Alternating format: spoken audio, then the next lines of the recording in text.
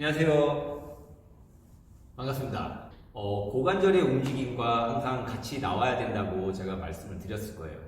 스쿼트 동작에서 발목, 즉 경골의 기울기의 각과 고관절 굴곡, 상체의 기울기 각이 평행하게 나올 수 있어야 되거든요.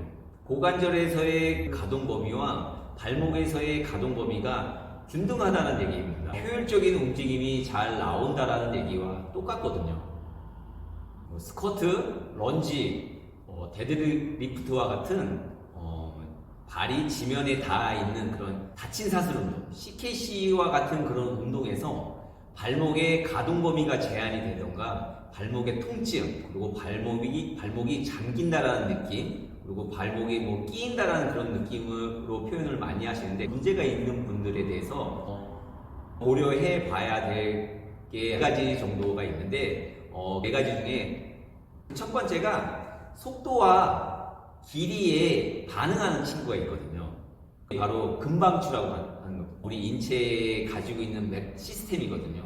우리가 위험을 감지했을 때 우리 몸을 그 위험으로부터 보호하기 위한 기전이거든요. 근방추가 하는 역할이. 근방추와 함께 GTO라고 하는 친구도 있어요. 근육을 빠르게 늘리게 되면 근방추가 작동을 하기 때문에 근육이 더 이상 늘어나지를 않아요. 늘어나지 않는다는 얘기는 스쿼트와 같은 동작에서 배측굴곡이 일어나잖아요. 이렇게 보면 복사뼈가 있고 밑에 테일러스라고 하는 거골이 있습니다. 이 상태에서 배측굴곡이 될 때는 거골이 뒤쪽으로 좀 살짝 들어가주면서 배측굴곡이 일어나야 돼요. 단순하게 위로 올라오지 않는다는 얘기죠. 뒤쪽에 있는 근육들이 빠르게 움직이게 되면 머슬 스핀들의 작용에 의해서 근육이 늘어나지 않기 때문에 거골이 뒤쪽으로 들어가주는 현상이 줄어들게 됩니다. 그렇게 되면 빠르게 위에 있는 부분과 부딪히게 된다는 거죠. 발목의 가동 범위의 제한이 나타나게 된다는 거죠. 스쿼트를 하실 때 이렇게 보시면 이렇게 기울어지잖아요. 이렇게 기울어질 때 근육이 빠르게 하게 되면 머슬 스핀들이 작용한다라는 얘기입니다. 그래서 천천히 앉으셔야 돼요. 두 번째는 근육이 짧은 거예요. 네, 스핀들의 작용과 상관없이 근육이 너무 타이트해서 종아리에 있는 근육, 카프 머슬들이 타이트해져 있기 때문에 가동 범위가 나오질 않는 거죠. 그래서 발목의 가동 범위가 적은 것이고요. 세 번째는 을 들 수가 있어요. 저번에 스쿼트 동작을 할 때 전방경사에 대한 부분에 대해서 말씀을 드렸거든요. 이 전방경사는 고관절이 앞으로 살짝 기울어지면서 체간의 업라이트, 그렇죠. 몸이 세워질 때 그때 쓰이는 근육들이거든요. 속근육과 겉근육에 의해서 쓰여줘야 되거든요. 체간이 안정이 된다는 얘기는 사지, 팔과 다리에 있는 근육들이 가동성이 나올 수 있는 환경이 조성이 돼요. 만약에 체간이 안정이 안 되면 이 체간을 보상하기 위해서 고관절과 발목과 이 팔에서는 체간의 안정성을 담당하기 위해서 경직이 되기 시작하거든요. 그래서 코 안정성, 그리고 몸통의 안정성은 팔다리의 가동성에 영향을 많이 미치기 때문에 체간이 안정이 되는 것에 대해서 꼭 확인해 보시기 바랍니다. 두 번째는 무게중심 이동입니다. 저의 무게중심이 어떻게 이동하는지 한번 보시겠어요?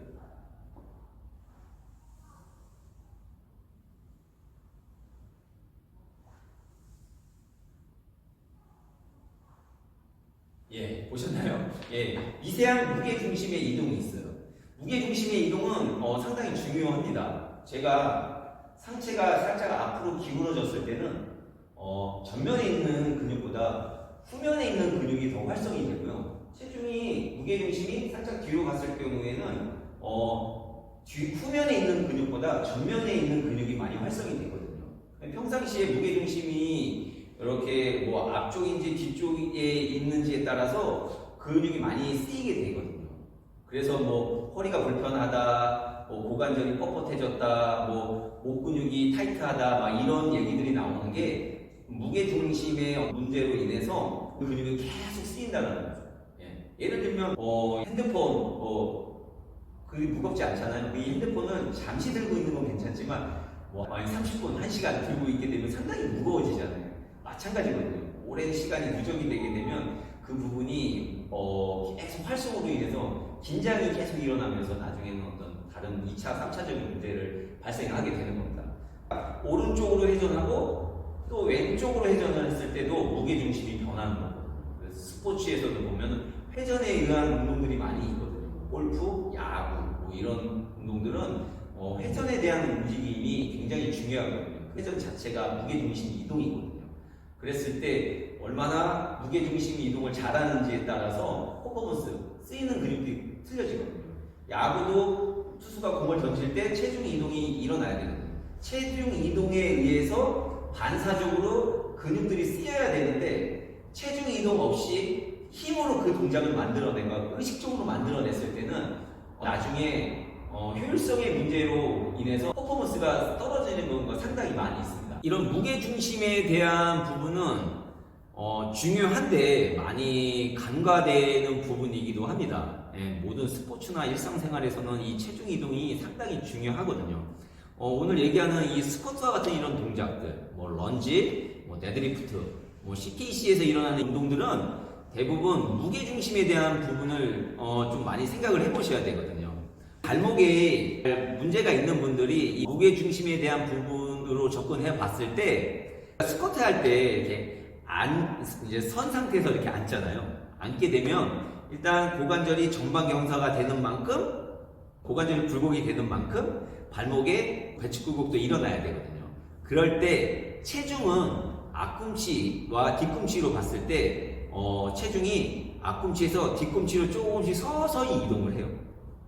뒤꿈치에 해당하는 근육의 스위치가 대퇴사두근 앞쪽에 있는 머슬이고, 앞꿈치에 해당하는 스위치의 근육이 햄스트링과 같은 엉덩이, 허벅지 뒤쪽에 있는 근육이거든요. 이동을 하게 되었을 때 뒤꿈치가 눌리게 됩니다. 그럼 자연스럽게 카프 머슬이 늘어나요. 비복근이나 가자미근, 그 안쪽에 있는 후경골근과 같은 심부에 있는 그 근육들이 늘어나기 시작을 하면서 발바닥의 아치가 자연스럽게 만들어져요. 체인이 연결된다라고 하거든요. 발에 아치를 만들기 위해서 인위적으로, 의식적으로 발에 족궁을 이렇게 만들고 티비얼리스 엔테리어, 전 경골근을 이용해서 아치를 만들려고 하는데, 의식적으로 뭔가 억지로 만들어내는 부분이고, 정확하게 그 아치가 만들어지기 위해서는 체중의 이동을 통해서 카프머슬 뒤쪽에 후면에 있는 근육들이 늘어나게 된다는 거죠. 늘어났을 때 거골이 뒤쪽으로 후방으로 활주해서 들어가 줄 수 있는 환경이 만들어지고 발목의 가동성도 어느 정도 많이 확보가 됩니다. 앉았다가 일어날 때는 지면을 누르잖아요. 누르고 이제 일어나면서 어떻게 돼요? 골반이 엔테리어 틸트로 접혀있던 골반이 포스트 틸트로 바뀌기 시작을 하죠. 뒤꿈치로 눌러 체중이 좀 많이 가 있던 상황에서 앞꿈치로 체중이 이동하면서, 앞꿈치는 햄스트링의 스위치라고 그랬잖아요. 고관절이 포스트 틸트로 돌고 햄스트링이 당겨져서 무릎을 펴지면서 두 개가 동시에 이렇게 맞아지는 거거든요. 발목의 배측구국은 상당히 중요합니다. 발목의 배측구국이 나오지 않았을 경우에는 웨이트를 들고 있잖아요. 웨이트를 짊어진 상태에서 내려갈 때 근육의 길이가 충분히 늘어나주지 않는다라고 한다면 거골이 뒤로 후방으로 활주할 수 있는 기능이 떨어지게 되고, 아까와 같이 빠르게 가게 되면 머슬 스핀들의 작용에 의해서 근육이 늘어나지 않는 상태에서 배측구국이 억지로 일어나기 때문에 충분하게 후방 활주가 일어나지 않고 바로 들려 올라가게 된다는 거죠. 빠르게 이 윗면과 부딪히게 되거든요. 이렇게 부딪히게 되면 위험이라고 느끼기 때문에 관절의 뻣뻣함, 그리고 피로, 통증, 그 다음에 근력 저하, 이러한 현상들을 만들어내요. 발목이 배측구국의 저하로 인해서 부딪힘이 발생을 하게 되면 힘이 안 들어가는 거죠. 근육에 힘이 들어가지를 않다 보니까 관절에는 그 무게를 이겨내기 위해서 관절에서는 많은 스트레스를 가해질 것이고, 오른쪽의 발목의 그 가동성의 제한으로 인해서 찝힘이라든지 부딪힘이 발생하게 되면 오른쪽으로 체중을 많이 싣기보다는 스쿼트에서 왼쪽으로 또 체중을 더 많이 싣게 되는 불균형이 발생할 수 있거든요.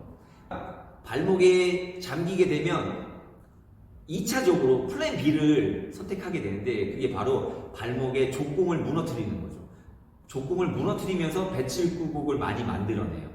네, 발끝의 방향과 무릎의 방향은 밸거스니라고 해가지고 무릎이 안쪽으로 이렇게 들어오는 그런 상황이 생기거든요. 무릎에 스트레스를 많이 받게 되고 스포츠와 같은 게 방향 전환하는 운동에서는 전방 십자인대, 그렇죠. 그 무릎 안쪽에 있는 그 인대들의 손상률도 상당히 높아지거든요. 스포츠에서 빠르게 움직이기 위해서 앞으로 살짝 기울어주는 림포드 자세라고 저번에 말씀드렸는데 자세가 나오지 않게 되고 그러면 발목에서 힘을 쓰지를 못한다라고 했을 때 가동 범위가 나와서 쓰지 못하는 상황이 생기게 되면 무릎은 사용력이 높아져요. 네. 무릎이 많이 움직이게 되고 무릎의 이상은 곧 허리의 어떤 문제로 또 나타나거든요. 그리고 위쪽에 있는 문제들도 나타나거든요. 위로도.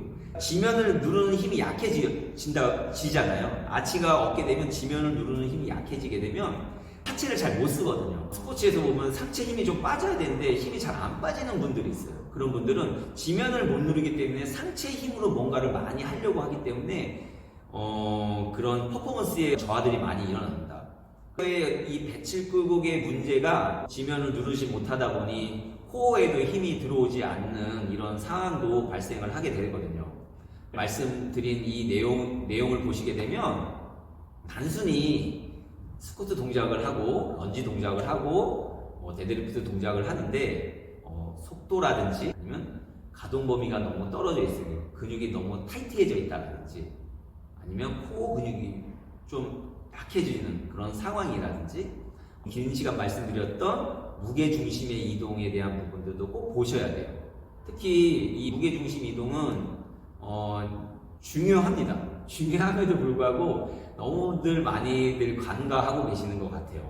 스쿼트 할 때 너무 무게중심을 뒤에다 두고 시작하시는 분들이 너무 많아요. 뒤꿈치가 좀 높은 역도화라든지 뒤꿈치를 좀 올려서 하는 케이스가 많은데 그렇게 하지 마시고 처음에는 내려갈 수 있는 범위까지만 내려갔다가 올라오는 체중이 이동하는 그 느낌을 좀 받아보시는 게 중요합니다. 체중이 이동하는 그 느낌은 발바닥에서 많이 느끼거든요. 그 채선 감각 신경이 발에는 관절들이 많기 때문에 신경들이 상당히 많이 있어요. 이 발에 대한 느낌을 좀 살리기 위해서는 양발을 좀 벗으시고 발도 잘 만져주시고 넓혀주시고 자극도 좀 주시고 관절 주변도 약간 기계 수용기도 자극을 시켜주는 게 되게 좋고요. 위험하지 않다라고 한다면 맨발로 스쿼트 하는 것도 추천드리고 싶어요. 그랬을 때 견고한 지면 위에서 몸의 움직임 발로 느끼면서 운동을 할 수 있기 때문에 운동 기능 자체가 상당히 좋아지고요. 무게 중심을 통해서 천천히 오게 될 경우 스쿼트를 하시게 되면 상당히 편해져요. 네. 전보다 무게도 더 많이 같은 무게도 좀 편하게 느껴지고 자세도 내려오는 느낌도 상당히 좋기 때문에 한번 이런 부분들을 한번 생각을 해보시고 적용을 한번 해보세요. 그러면 이렇게 말씀드렸던 부분들에 대해서도 어느 정도 이해를 하실 겁니다. 마지막으로 만약에 발에 너무 굳은 살이 많은 분들 있잖아요. 그리고 뭐 티눈이라든지 발에 흉터, 수술 자국 이렇게 발목 주변에 이런 부분이 있다라고 한다면 제거해 주시면 좋아요. 이런 굳은 살, 흉터가 수용기에 대한 감각을 상당히 많이 떨어뜨리는 부분이거든요. 발을 잘 관리를 해주시고 시각을 통해서 균형을 잡고 시각을 통해서 감지하는 능력이 다른 신체의 어떤 감각에서 들어오는 것보다 많이 큽니다. 눈으로 이렇게 보잖아요. 뇌의 입장에서 봤을 때는 눈도 하나의 감각이거든요. 귀를 통해서 들어본다라고 해요. 코는 냄새 맡아본다라고 하고요. 입으로는 맛을 본다라고 해요. 맛을 본다라고 얘기를 하잖아요. 그리고 몸은 느껴본다라고 얘기하거든요.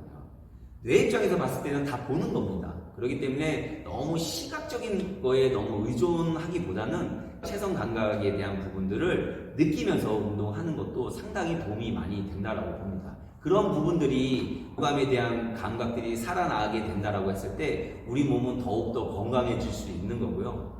그러므로 인해서 좀 삶의 질이 높은 그 삶을 살아갈 수 있다라고 생각을 합니다. 네, 감사합니다.